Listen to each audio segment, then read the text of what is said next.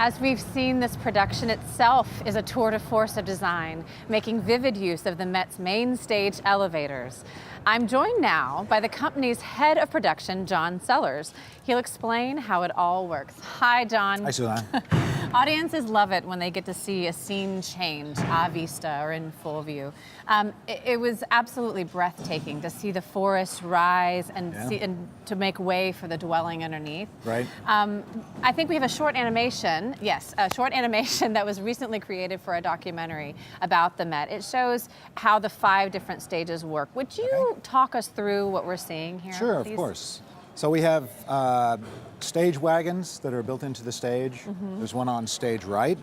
There's one on stage left. Then we also have a third wagon that's upstage, and in the animation we see these wagons moving back and forth with large pieces of scenery on them.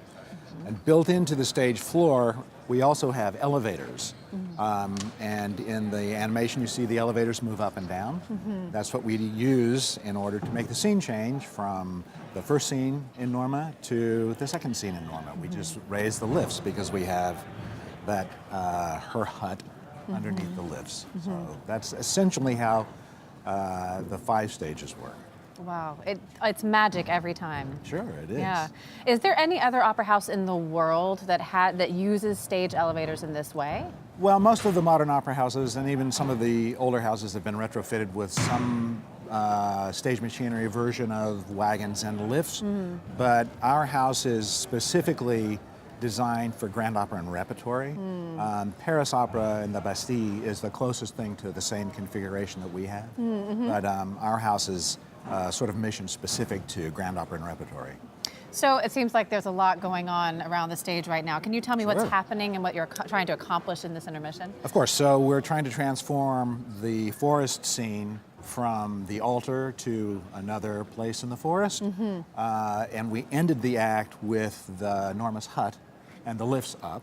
So we had to bring the lifts down so that we could reconfigure the forest set. And right now we've pulled some of the decking away so we can get to the tree. And what you're seeing now is the what we call the stela about to be put into place. And the stela is this giant rock that's has some carvings and stuff on it. It's got some, it's very ornate. Yeah, it's ornate, and cool. It's got some ritualistic sort of imagery on it. So that's what we're doing now. So they'll be pushing that into place in a few minutes.